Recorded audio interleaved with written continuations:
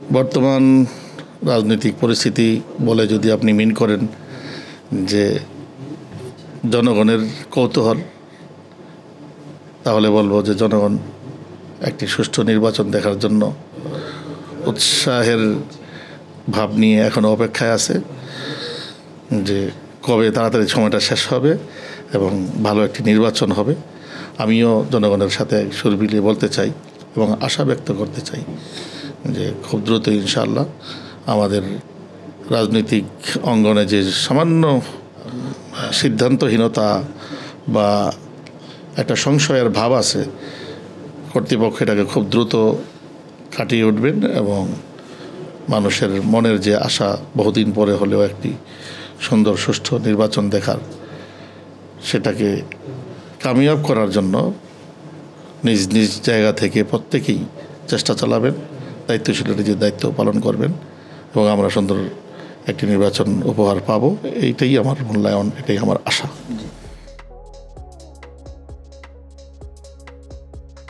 দলীয় স্বার্থের বাহিরে গিয়ে বলতে হবে কেন, দলীয় স্বার্থ সহ এবং বাহিরে কাজ একটাই, আমাদের নিজ নিজ জায়গা থেকে ঐক্য কিভাবে গড়ে তোলা যায় এটার জন্য পজিটিভ ভূমিকা রাখা। তো একজন সচেতন রাজনীতিবিদ হিসাবে আমিও আমার জায়গা থেকে এই কাজটা করে আসতেছি অনেক দিন যাবৎ। হ্যাঁ, কখনো কখনো হোঁচট খাচ্ছি, কখনো কখনো একটু হাঁটি পা আবার পড়ে যাই, আবার দাঁড়াই। এমনভাবে চলতে চলতে একটা ঐক্যের দিকে তো দেশ আসছে আলহামদুলিল্লাহ। এবং সেটা হয়তোবা সিদ্ধান্তহীনতায় কেউ ভুগছেন, ওইটাও খুব দ্রুতই শেষ হয়ে যাবে এবং ইনশাআল্লাহ দৃশ্যমান হবে একটা বড় ধরনের ঐক্য।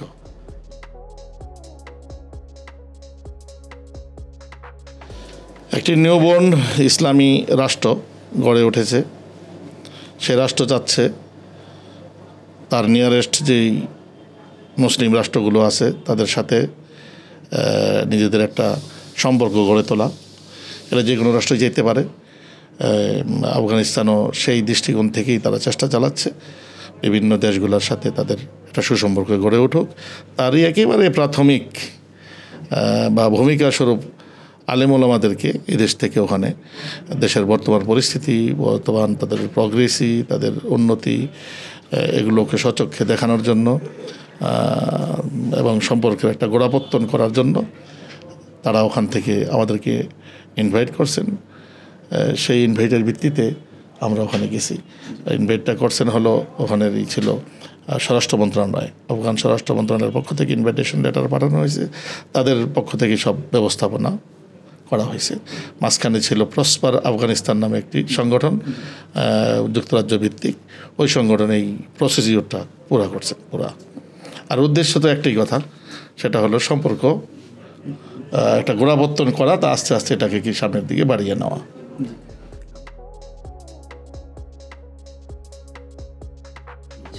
আলহামদুলিল্লাহ ওখানে প্রশাসনিকভাবেও প্রায় যারা এখন বিভিন্ন মিনিস্ট্রিতে দায়িত্বশীল আছেন এমন প্রায় 6-7 জনের সাথে আমাদের দেখা হয়েছে এবং আলোচনা হয়েছে।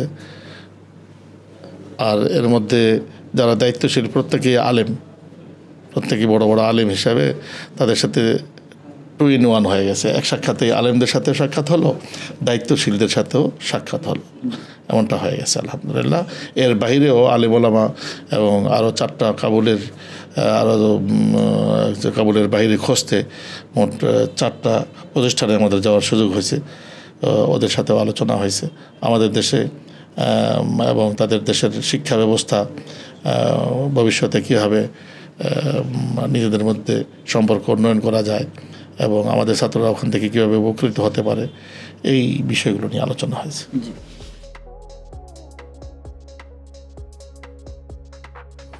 বিষয় এখানে 2টা। একটা হলো নারী শিক্ষা বন্ধ করে দেওয়া বা নারীদেরকে অনগ্রসর রাখা, আর একটা হলো যে না, নারী শিক্ষার যে সিলেবাসটা আছে ওই সিলেবাসটাকে আবার পুনর্বিন্যাস করা।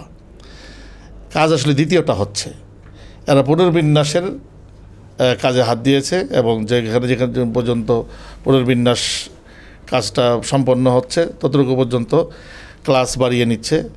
সেই ধারাবাহিকতায় ক্লাস 6 পর্যন্ত অলরেডি এখন মেয়েদের মাদ্রাসা স্কুলগুলো চলমান। আর আমরা আমাদেরও ক্ষোভের কথা প্রকাশ করেছি ওখানে, যে নারী শিক্ষা নিয়ে আপনাদের ব্যাপারে যে নেগেটিভ প্রচারণা হচ্ছে এর বাস্তবতা কী। তখন তারা এটা স্বীকার করেছেন যে আমরা যেভাবে প্রচারণা হচ্ছে তা ঠিক না, বাট আমরা পুনর্বিন্যাসের কাজটাকে ত্বরান্বিত করতে যতটা ত্বরান্বিত করা প্রয়োজন ছিল ততটা হয়তো পারিনি। আমরা চেষ্টায় আছি, অবিরত চেষ্টা চালিয়ে যাচ্ছি। আমরা ক্লাস 6 পর্যন্ত পৌঁছতে পেরেছি। আগামী সময়গুলোতে খুব দ্রুতই ইনশাআল্লাহ অন্যান্য ক্লাসগুলোকেও আস্তে আস্তে ওপেন করা হবে। এখন সিলেবাস পুনর্বিন্যাসে যে সময়টা এটা তো দিতেই হবে সঙ্গত কারণেই। তো তারপরেও আমরা আমাদের অভিমানের কথা, আমাদের মনের ক্ষোভের কথা বলেছি যে না, সময় মনে হয় যেন আরও কম নিয়ে দ্রুততার সাথে এই কাজটাকে সামনে বাড়িয়ে নিয়ে যাওয়া উচিত। নইলে শত্রুপক্ষ একটা হাতিয়ার পেয়ে এটাকে অপব্যবহার করে অপপ্রচারে তারা নামার সুযোগ পায়। এই জন্য আপনারা এটা দ্রুত করবেন। আমরা আমাদের এই আপিলের কথাও তাদের কাছে জানিয়ে আসছি। আর এটাই হলো বাস্তবতা।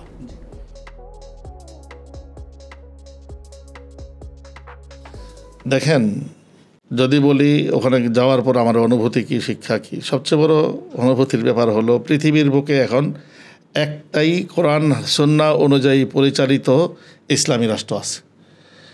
বলতে পারি আরও জন্ম নেবে, খুব দ্রুতই হয়তো বা আরও জন্ম নেবে, কিন্তু যেটা আছে প্রেজেন্ট টাইম সেটা হলো এটা। এই জন্য ওখানে ইসলামের সুশীতল ছায়ার নিচে যাওয়ার তামান্না, ইচ্ছা প্রত্যেকেরই থাকা উচিত। একজন আলিম হিসেবে আমারও আছে, আমি সেই হিসাবে গেছি এবং আমি নিজেকে ধন্য মনে করছি এই জন্য যে 4 বছরের মধ্যে তাদের যে বৈষয়িক প্রোগ্রেসি অকল্পনীয়, এবং ওখানে যে নিরাপত্তার ব্যবস্থা, নিরাপত্তা বলতে বুঝবেন না যে ঘরে ঘরে কি ওখানে পুলিশ দারোগা দাঁড়ায় আছে, ওখানে সেনাবাহিনী দাঁড়ায় আছে, র্যাব পুলিশ বানায় ফেলছে, ব্যাপারটা এমন না। ওখানে নিরাপত্তা বলতে নিরাপত্তা দেওয়ার জন্য কোনো বাহিনী লাগে না। বাস্তবতাই ওখানে এমন এত নিরাপদ হয়েছে যে মানুষ এখন ঘরের দরজা খুলে ঘুমাতে পারে, নিজের গাড়িটা রোডের উপরে রেখে দিয়ে নিশ্চিন্তায় ঘুমাতে পারে, নিজের দোকানটার কোনো শাটার ছাড়াই শুধু গ্লাসের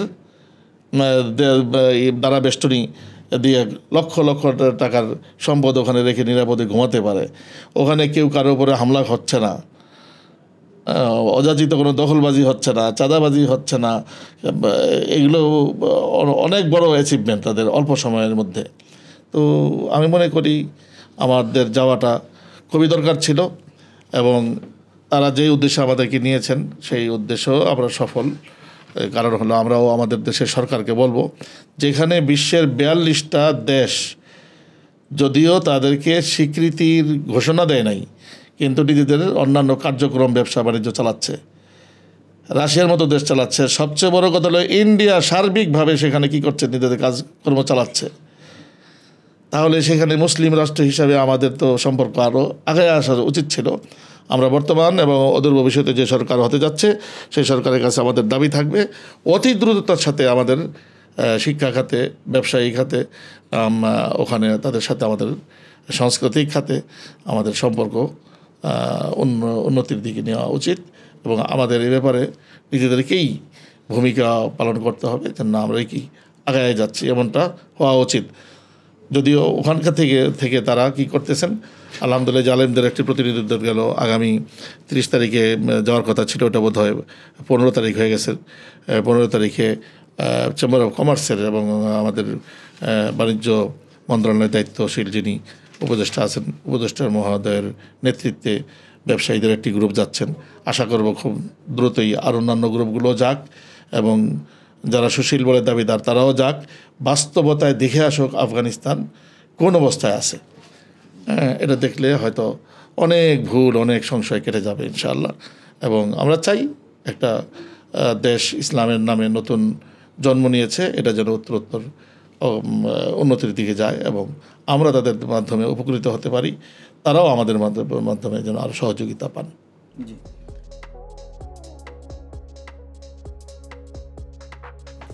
দেশবাসীকে কথা তো একটাই বলবো, নিজ নিজ জায়গায় এখন সিচুয়েশন চেঞ্জ হচ্ছে খুব দ্রুত। এবং রিউমার ছড়ায় অনেক। রিউমারের পিছনে কান দেবেন না, বাজারি কথার ভিতরে কান না দিয়ে নিজের মেধা দিয়ে এই রাজনীতিকে বোঝা, অবস্থাকে বোঝা এবং সেই অনুযায়ী আগামীর জন্য পদক্ষেপ নেওয়ার প্রত্যেকের কাছে আমি আহ্বান জানাবো। পরীক্ষিত বন্ধুকে মানে সামান্য পরিস্থিতির মানে পরিবর্তনের কারণে ভুলে যাওয়া, এটা কোনো জ্ঞানী মানুষের কাজ না, বুদ্ধিমানের কাজ না। বিধায় সঠিক চিন্তা করুন, সঠিক ভাবুন এবং সঠিক সিদ্ধান্ত নিন।